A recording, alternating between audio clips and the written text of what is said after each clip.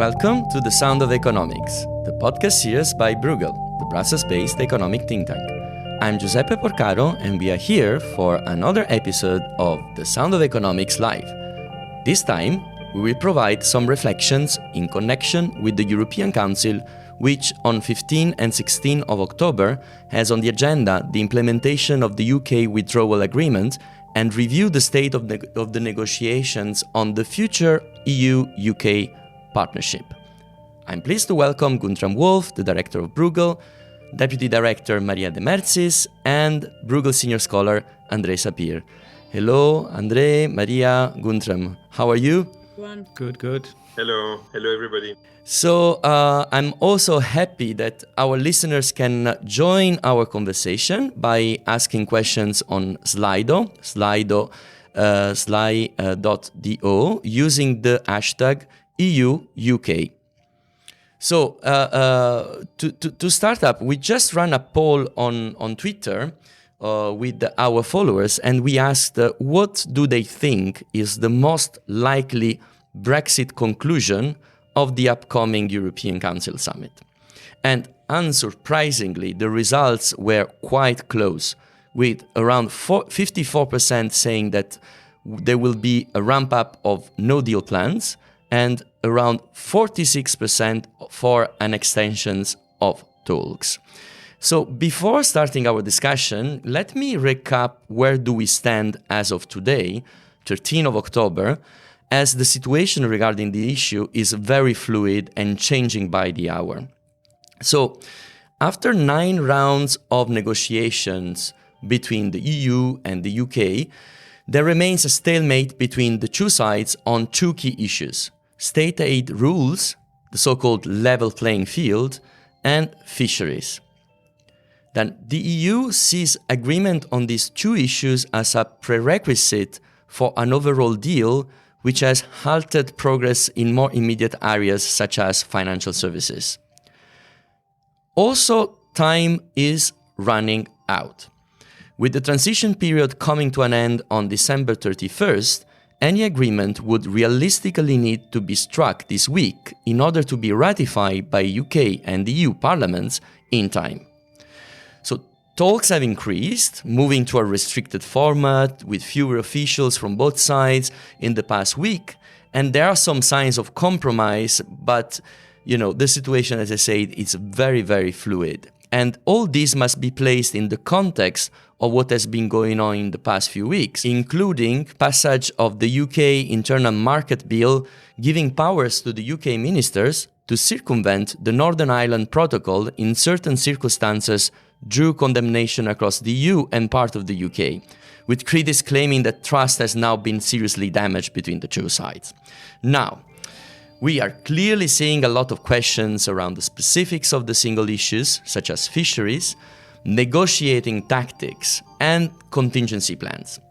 However, I believe that it would be useful for us and for our listeners to take a few steps back and start our reflection on broader aspects of the situation we are in now. So I would like to start with Guntram. Thank you very much, Giuseppe. It's a real pleasure to actually be in the office today and be in our studio and actually have a headset and a real microphone and talk to you today about Brexit and see some of you in person.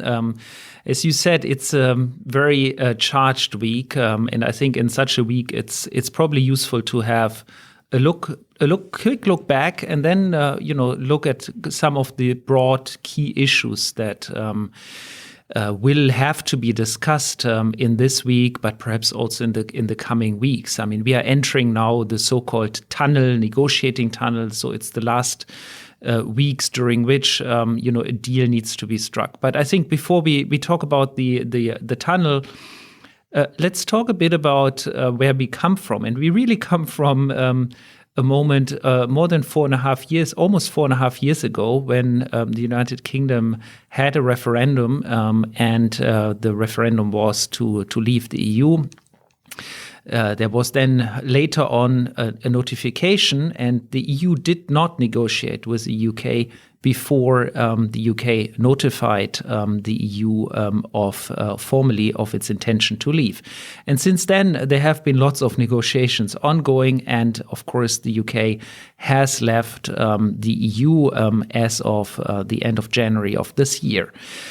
So we are now in the transition period, and this transition period will run its due course by the end of this year, meaning as of next year, the relationship in trade in all matters with the UK is, as of now, still undefined. And if there's no deal struck in trade matters, it will be a WTO-based World Trade Organization-based trade relationship. I think looking back at the bigger picture, it is fair to say that the EU has so far been quite rapid and very united in its response to the United Kingdom leaving the EU, and I think it really. Michel Barnier, the chief negotiator, trade negotiator the chief negotiator for the EU, deserves credit for the unitedness of the EU. So the EU has been united, also in thanks to Michel Barnier, who really managed to bring people together, bring all the member states together, and define a united front. The question really is, and here I'm borrowing a bit from Brigitte Lafan, the director of the Robert Schuman Center in Florence, who coined the phrase united, so rapid, united, and effective.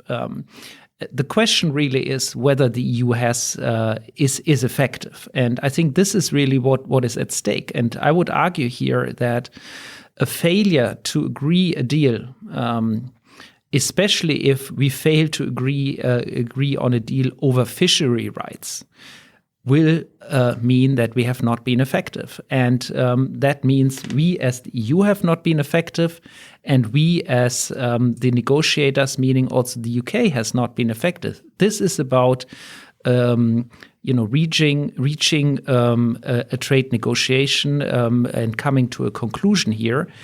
If we don't achieve it, I think history will not look kind at the key people involved in these negotiations. So really, I think this week is very important because the European Council meets. The heads of state have time to look back and really also look at the issues at stake, look at the fishery issues, look at the trade issues, look at the level playing field issues, and really try to reassess where the balance is, because ultimately now it's about finding the right balance between market access on the one hand and on the other hand, of course, ensuring the level playing field. And I think that's really at stake. And I would really hope that after 4.5 years, this can come to a good end, because I'm sure history books will say the EU also failed if we don't reach a deal. André, what is your broader vision? Let me just follow on Guntram on the broader picture, but let me start from a different angle.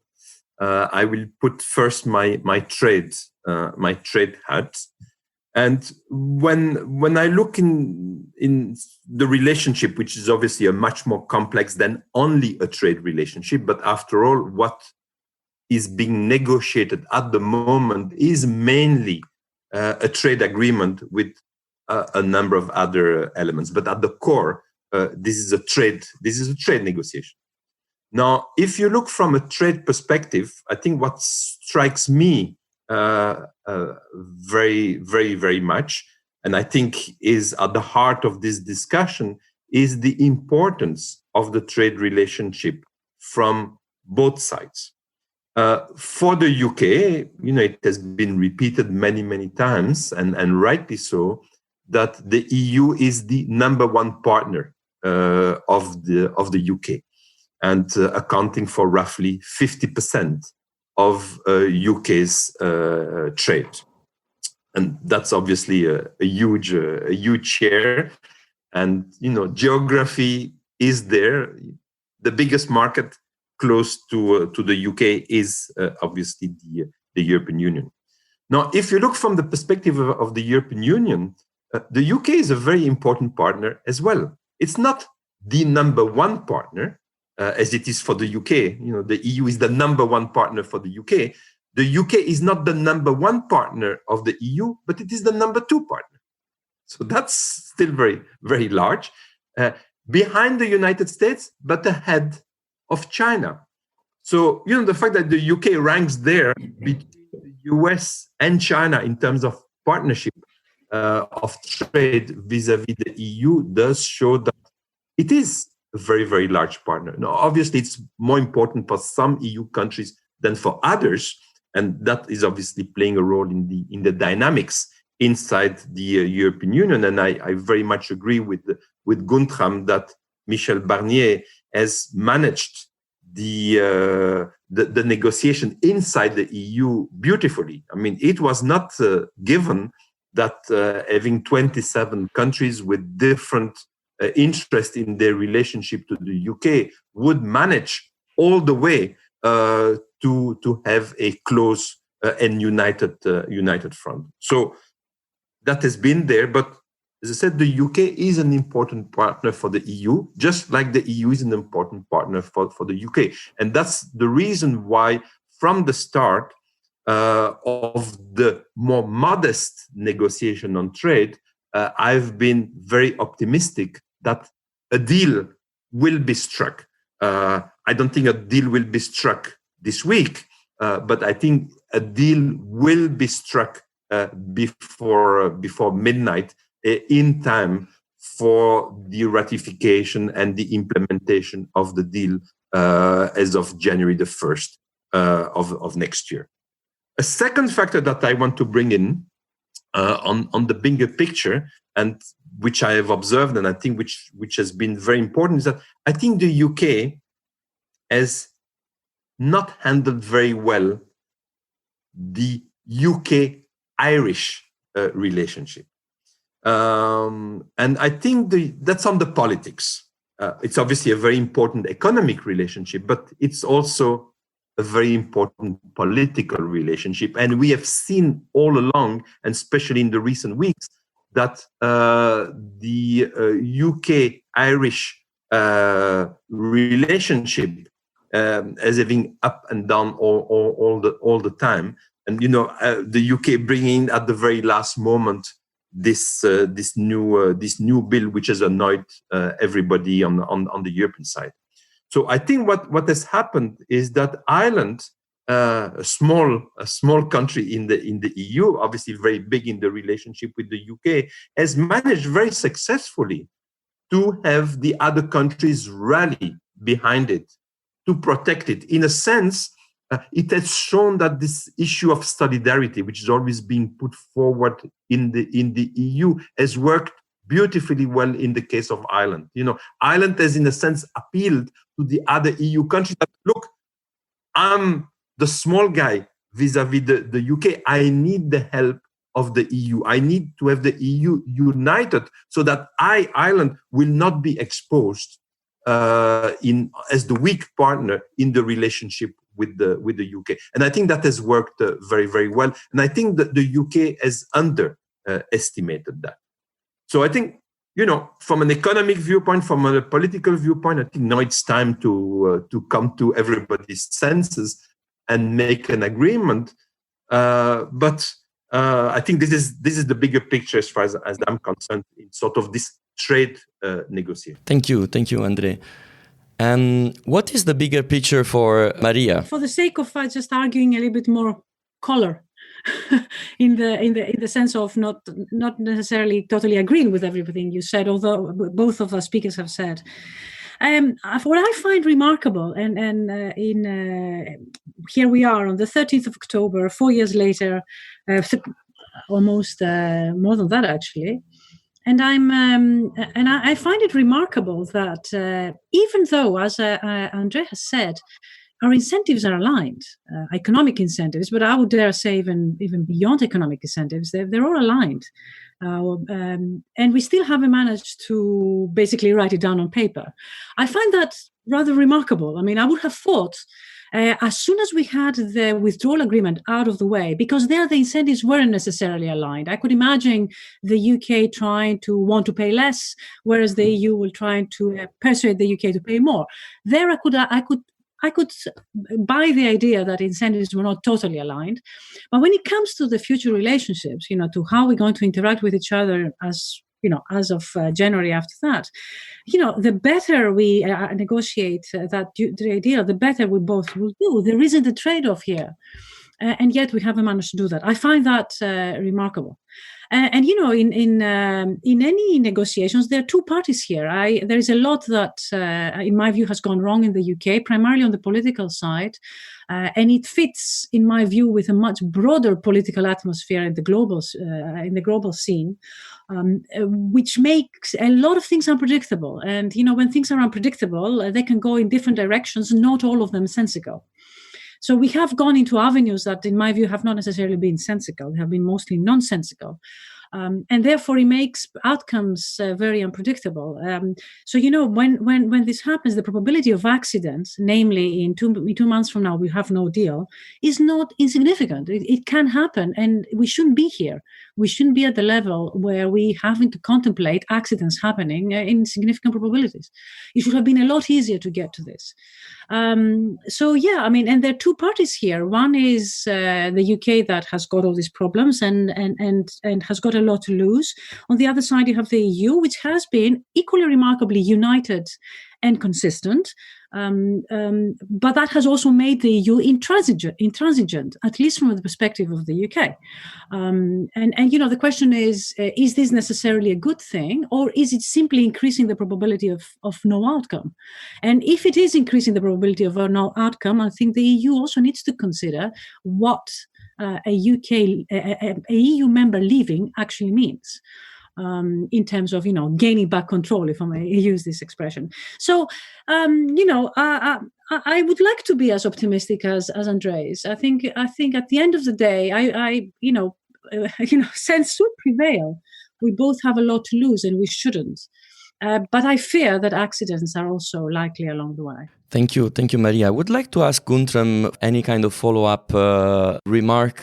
Do you agree with Maria and André? How likely it is that we get a deal, I think, is still unresolved. And I think Maria is right that accidents can happen, and the fishery issue is certainly an issue that is quite difficult to deal with, right? And I think on the fisheries, if I can say that one word, on the fisheries, the UK's position is essentially, we are leaving the EU, and isn't it you, the UK, the EU, that have always told us that leaving has consequences? Well, here you go. We leave.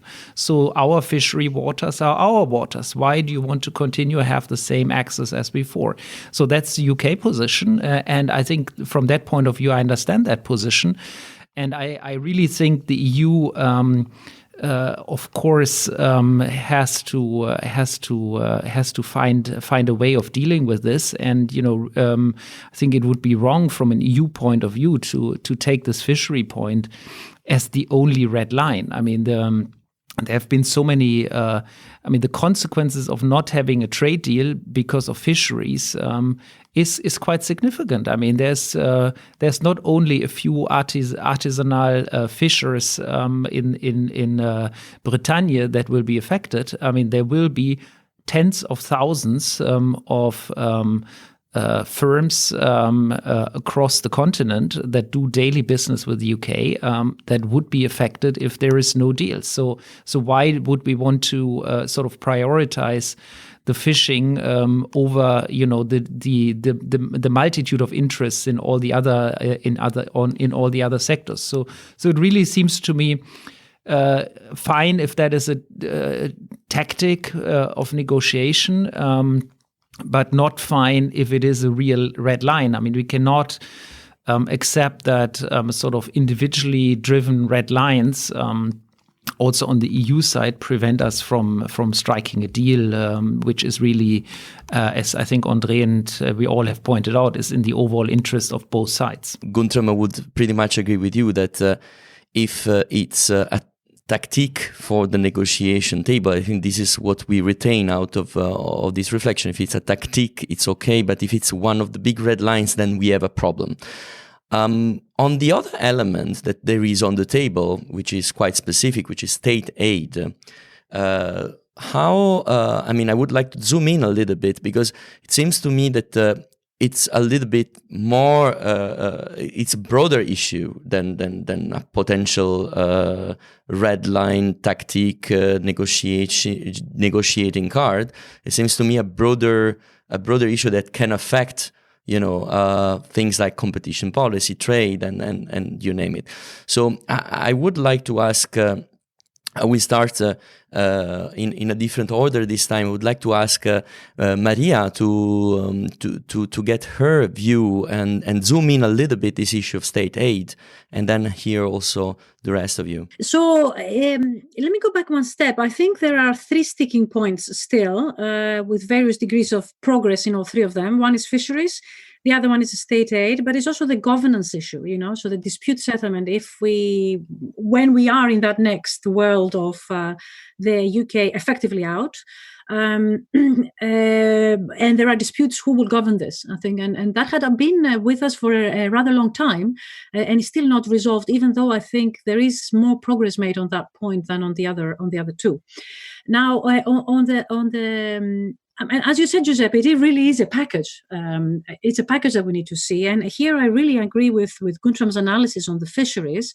It makes no sense, in my view, to spend all your gunpowder, your dry gunpowder, to an issue that is economically not the most important one.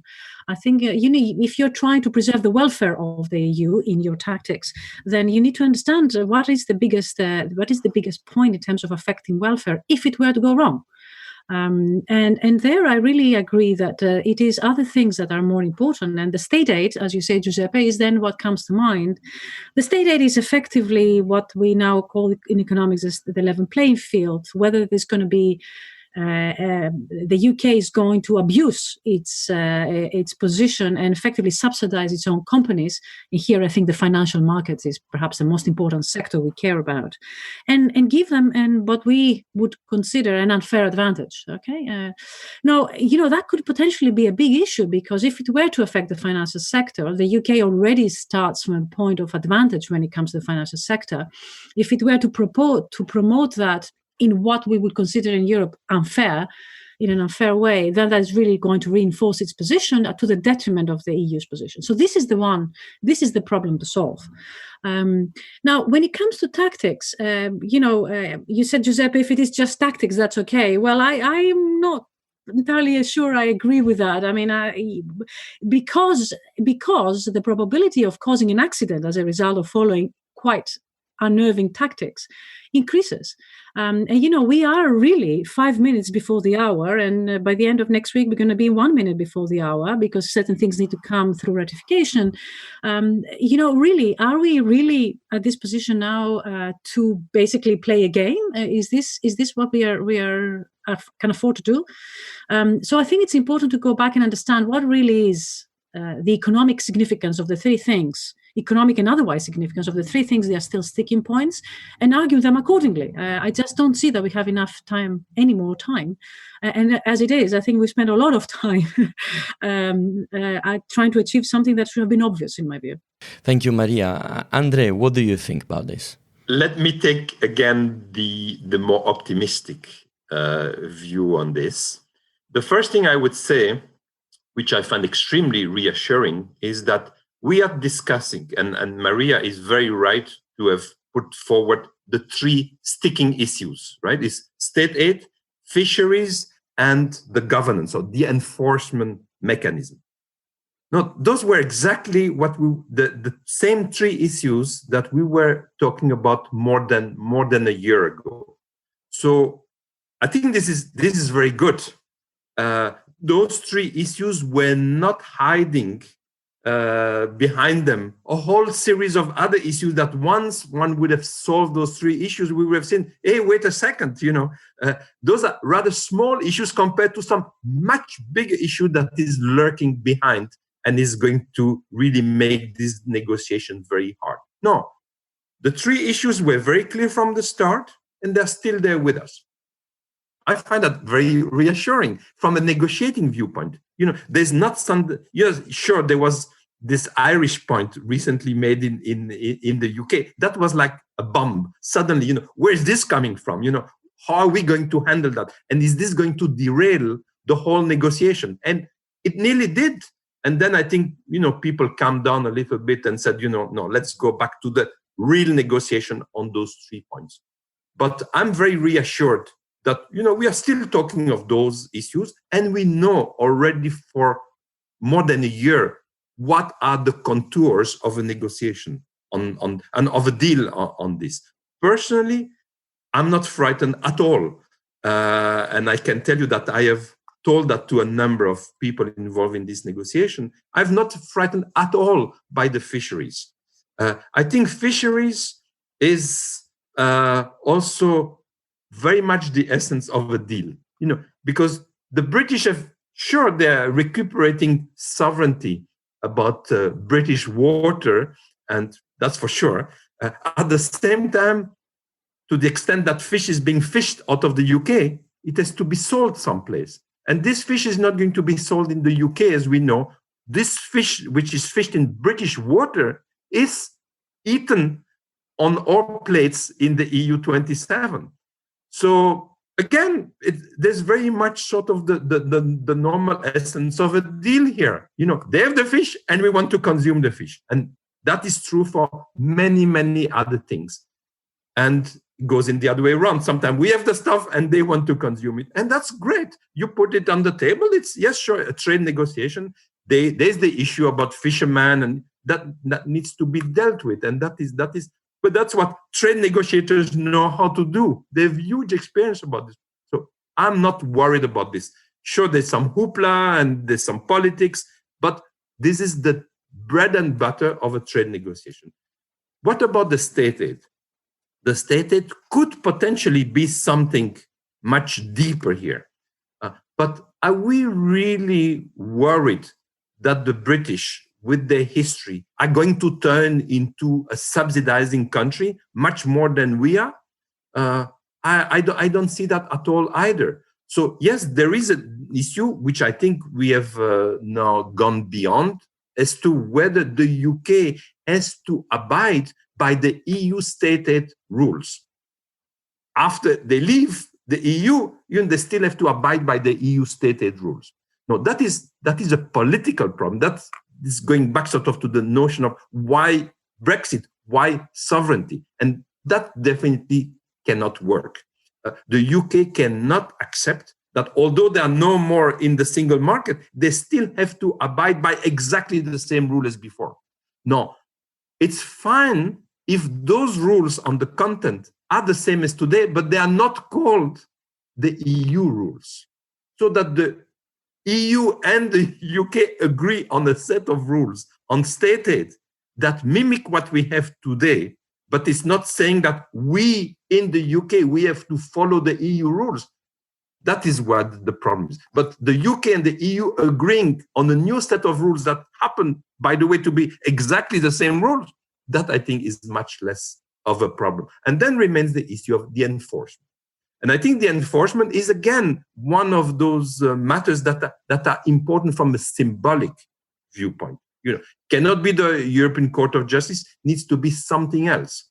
And something else that we can trust each other. They can trust us and we can trust them. And there, I think, is a real matter. And so, in the end, this agreement cannot come to fruition if there is not a minimum amount of trust. And trust is really the essence, trust based on interest. So this is what they need to really, to me, the last mile is the interest is obvious. Do we have enough trust? Not trust, to be married again, but trust to have a good relationship outside of marriage.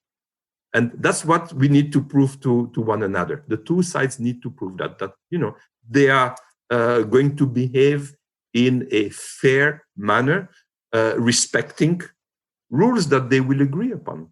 Guntram, do you agree? Are you optimistic as well? Well, let me take a bit the contrarian view to André here.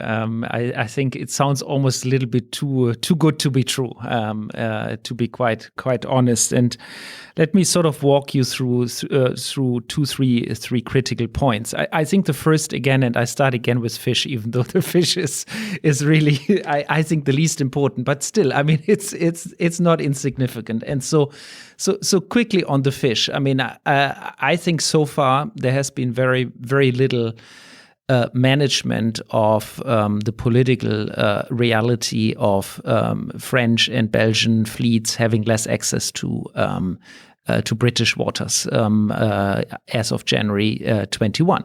I mean, this is regionally, and politics is always local. It is going to be an issue, and I think when striking a deal, which I think will involve less access than currently to British waters, one will have to find a way of compensating the losers. Now, then one can lose next generation EU European money to sort of support the fishermen, but one has to actively manage this. I don't think one can just sort of without a face-saving solution and an economic support for those regions go through on a deal with this. But like André, let me say the more important point is, of course, essentially the level playing field issue, and there it seems to me really the deal, what the deal needs to strike is a balance between, on the one hand, access to market, and on the other hand, control and ability to ensure the level playing field remains in place. And I think this is really where the negotiation this week in the European Council will focus on also. I mean, it will really focus on is what is currently on the table in terms of access on services, meaning in particular, and access here means not just tariffs. I mean, the zero tariffs, I think that's in mutual interest, obviously, but really in services, it's much more about the sort of the non-tariff barriers, right? Regulatory barriers, recognition barriers, these issues. I mean, and that's becomes very technical, right? But I mean, it's very important because these issues matter to business on both sides. And so what one will have to investigate is whether the balance of what is on the table is appropriate and merits from a EU point of view, giving the access, and from a UK point of view, also giving the access, while at the same time, ensuring the level playing field. So it's about finding the right balance between access to the market and ensuring the level playing field. As regards there is perhaps one more point on this level playing field, and there I quite agree with André. I mean, there is this myth in the EU that the UK once out will become a rogue state and sort of massively subsidize, and on top of it deregulate in environmental issues, for example, massively its economy. For example, Charles Michel said that, I think, in a recent speech. He was saying, the European Council president, he was saying, well, in environmental issues, the UK might be less strict than the EU. I mean, I think odds are high that it might be actually the opposite way, that in environmental issues, the UK is going to regulate tougher than the EU. So this is not just a one-way street. I think it's really a two-way street. And there, perhaps to end on that note, where I would disagree with André is this notion of trust. I mean, I think trust. No, I think we need enforceable rules. I mean, that's in the end what we need. We need enforcement capacity, and we need rules that basically can be enforced. And there again, it's clear it cannot be the European Court of Justice, but there will have to be a dispute settlement mechanism that is robust enough that both sides trust it, because one way or another there will be some sort of regulatory divergence in the future, and we will have to deal with that, and we will have to deal with that not based on sort of I trust that the future prime minister in the UK is going to behave nicely. No, that's not the way it works. I trust because I believe the UK is a country that respects international rules, and so I believe that the EU is a country, is an economy that respects international rules, and we have found a way, legislated a way of dealing and managing with this future divergence. I would like to take some questions from the audience because we are some interesting ones. An anonymous person just wrote that the trade deal will cover only part of the overall economic relationship. How do you see the rest evolving? For example, equivalence, data adequacy, etc. I don't know who might want to pick it up. Perhaps very quickly on the data flows. There has been some blog posts by our colleague Scott Marcus on data flows between the EU and the US, and he has also done some thinking on privacy issues around data flows with the UK. And the UK situation is quite similar after Brexit to that of the United States, meaning the UK is gonna fall one way or another under the jurisdiction of the Schrems case, which really put some limits to firms to transfer data to locations outside of the EU. And without a trade deal, without a deal, I think the deal will have to be that a side deal or be part of the overall deal, will have to find some language and some arrangement on data transfers, because otherwise firms will not be able to transfer data out of the EU to the UK because of privacy and concerns. I wanted to add is on the data. I mean, and this is in response to the listener. Now, the kind of trade agreement that one is negotiating, and that the EU has been negotiating already with a number of other partners, including recently with Japan, not just sort of Canada that is always being referred to. Those agreements go much beyond the narrow definition of trade, and it's very clear that when it comes to trade in services, for instance, and digital services, the data is very much an important component. So yes, those modern trade agreements, they do include elements like data, the flow of data, in as far as that it does obviously relate to the sort of modern trade flows, in particular in services. So yes, so this trade deal with the UK is a trade deal which is a broad trade deal, not a narrow trade deal, simply dealing with tariffs or even sort of the traditional non-tariff barriers. It does include all of those questions, including the climate, including the data.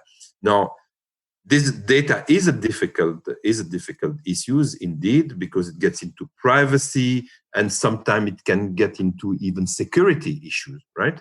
Terrorism, I mean, all of those matters, and each country has their own tradition about that. So, but again, I think that with the UK, which is a like-minded country, I think it is possible to make an arrangement. So again, this is feasible.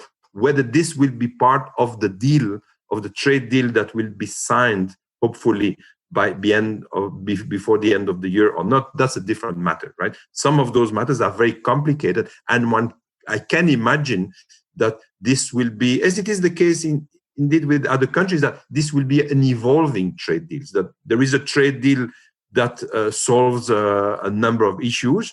And then there are still some outstanding points, and data could be one of them. But I think eventually, assuming that we have a trade deal before the end of the year, either it will include data or data will be added at a later date.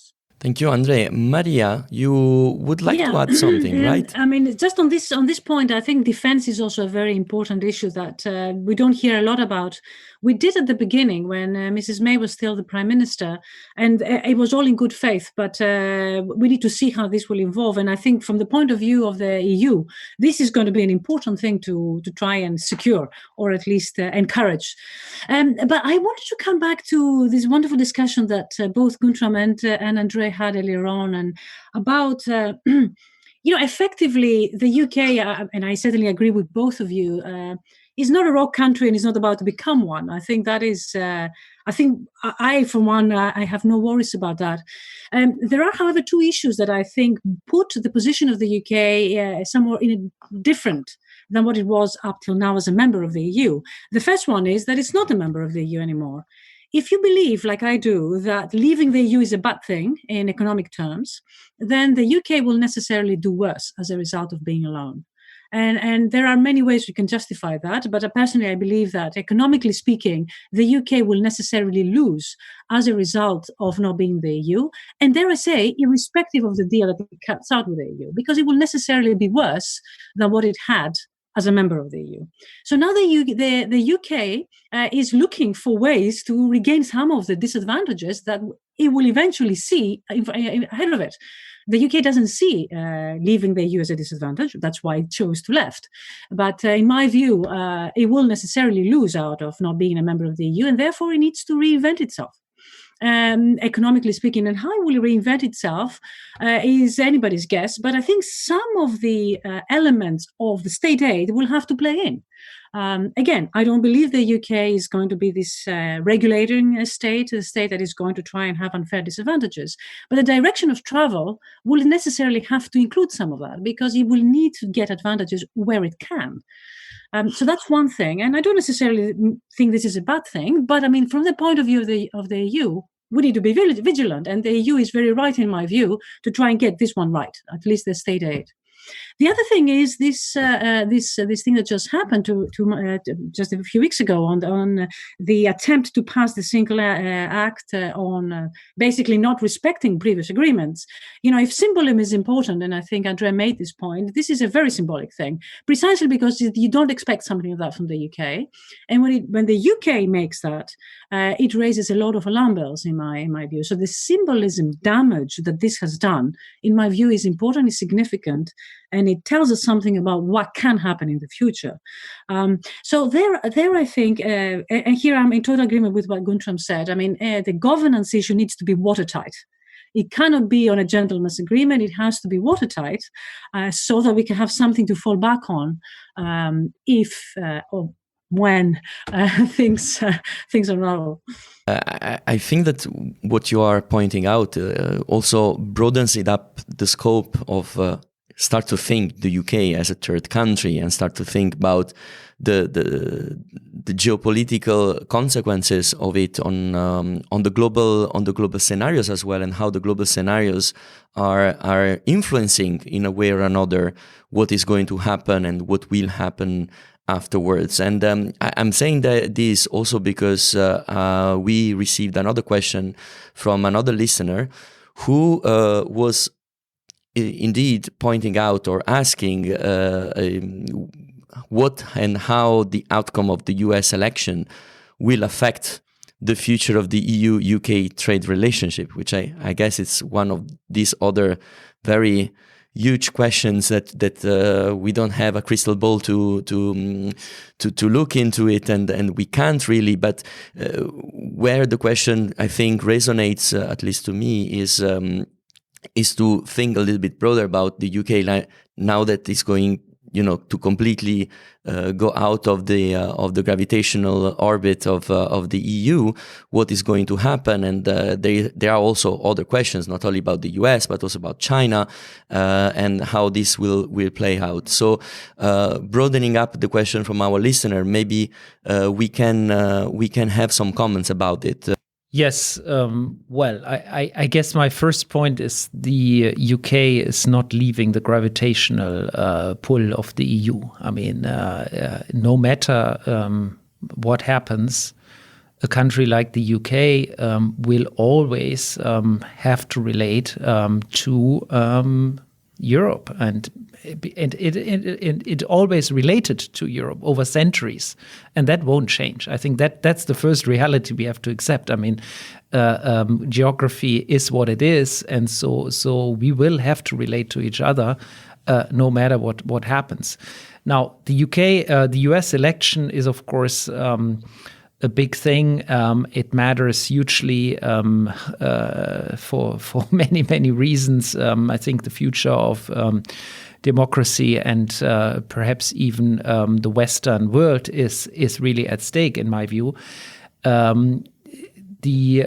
think coming to the UK issue specifically, I think one thing is very clear. Joe Biden has already made very clear that the Good Friday Agreement and respecting essentially the withdrawal agreement, so to make sure that the situation in Ireland doesn't escalate, is an absolute necessity. And I think that's very, very important. I'm not sure Donald Trump, if he was elected, would care particularly about this, and he would probably be ready to strike a sort of trade deals and alliances with the UK anyway, even if the situation in Ireland escalates. But I think that would certainly be different for the Democrats. But I guess on a broader picture, as I said, I think the UK and the European nations and the EU as a whole will always have to relate to each other.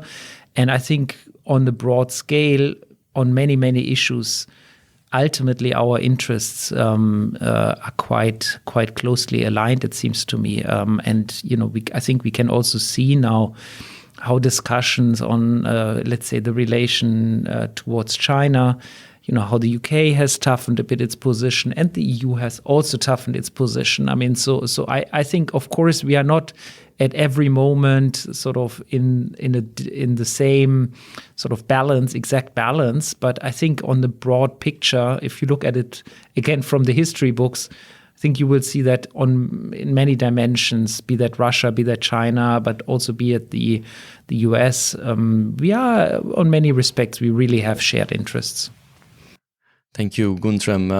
André, do you want to add something about this specific aspect of the geopolitical global interest and also value of what is going on? Because we are also now looking quite into this deal as an internal affairs, but how the rest of the world is actually looking into what is going on at the moment, how they are looking at the EU and the UK. That's also an interesting element or perspective out of this. That is right. So I would say make several points. Number one, I think that the Trump presidency, which has happened at the same time as the Brexit discussion, has, I think, helped the EU, the EU 27, to have a common position. As I said before, and I agreed there with Guntram, it started to say that Barnier has done a very good job at managing to keep cohesion on the part of the 27, when it was not a given at the start, since there were potentially different interests and even different philosophies that could have animated the 27 countries. And I think that the Trump presidency and what it has done to geopolitics has had an impact of cohesion among the EU countries. I think it has played that same role, in fact, this year in a completely different file when it came to the recovery program, the agreement in July among the EU countries, which was also not an obvious, that the countries would agree on such a novel and large package of mutual help inside the EU. I think came into the same view that, we are living in a much tougher world now, of which obviously Trump has contributed a lot in making this world a much, with much greater amount of uncertainty. And I think that has helped the EU country to coalesce, to feel that, we need to stick together in those difficult times. And so I think that was there. Will suddenly now a Biden presidency change matters? The EU said that no, we are relaxed, we are again in an easy world, and therefore, we are going to not be united anymore into the negotiation with the UK. Obviously, that's not the case. It's too late. It's too late for that. So I think that a change of presidency in the US will have a lot of impact on global relation, on geopolitics, and on discussion between the EU and the UK and other countries in fora, trying to bring back sort of more multilateralism. And I think it will be incumbent upon the UK to show that indeed the UK is committed, like the EU, to repairing multilateral relations. And this is not given. Some people feel that, we cannot go back in history, that the damage that has been done by the Trump presidency cannot be repaired.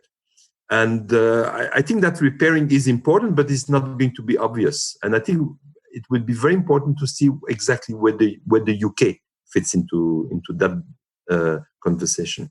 Maria, we are also approaching towards the end of this episode, so I want to have you a little bit as a bridge between these last questions. We have many other questions from the listeners, but unfortunately the time is not infinite for us.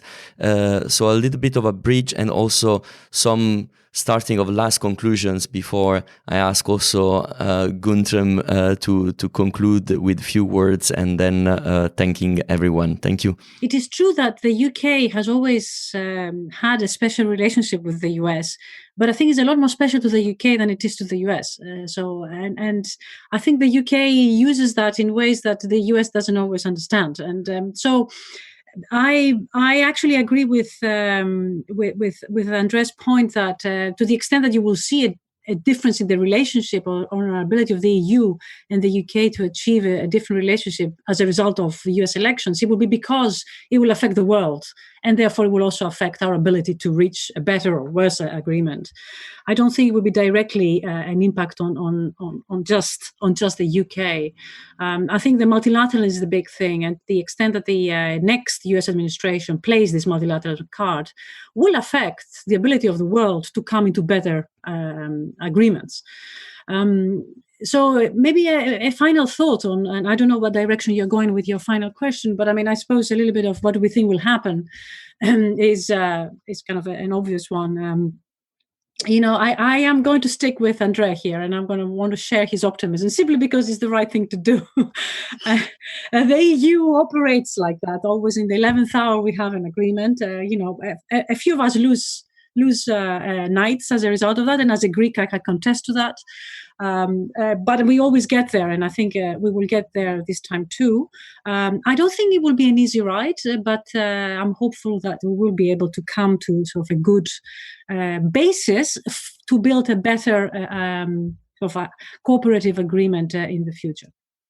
Thank you, Maria. And the final words to Guntram, of course, and what is your wish? What is your future direction? And what should we expect for the next week, but also the next months and the next year? I think a lot of analysts are always coming with this number, right?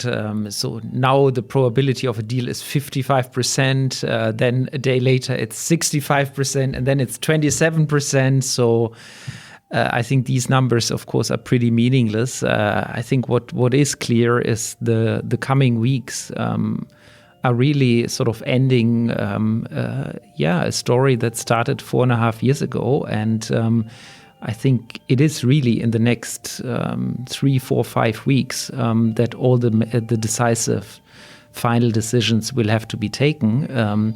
Or I don't believe a minute that one will circumvent the rules and sort of extend even further. I think now we are coming really to an end of this saga, and so it is the next weeks where the negotiations are happening, and where in the tunnel everybody has to find a way to agree, and if we don't, we don't. So who knows? Thank you, Guntram. I would like to thank all of you for listening to this episode of The Sound of Economics live, and I would like to invite you as well to visit our webpage www.bruegel.org, where there is a lot of insights and research from our scholars on the topic of Brexit since many years, of course, because as we have also mentioned in our title, this is something that is accompanying us since a while, and will probably accompany us for a little while more. So there will be other occasions to discuss this together with The Sound of Economics and with Bruegel. Thank you so much, and until next time, bye-bye.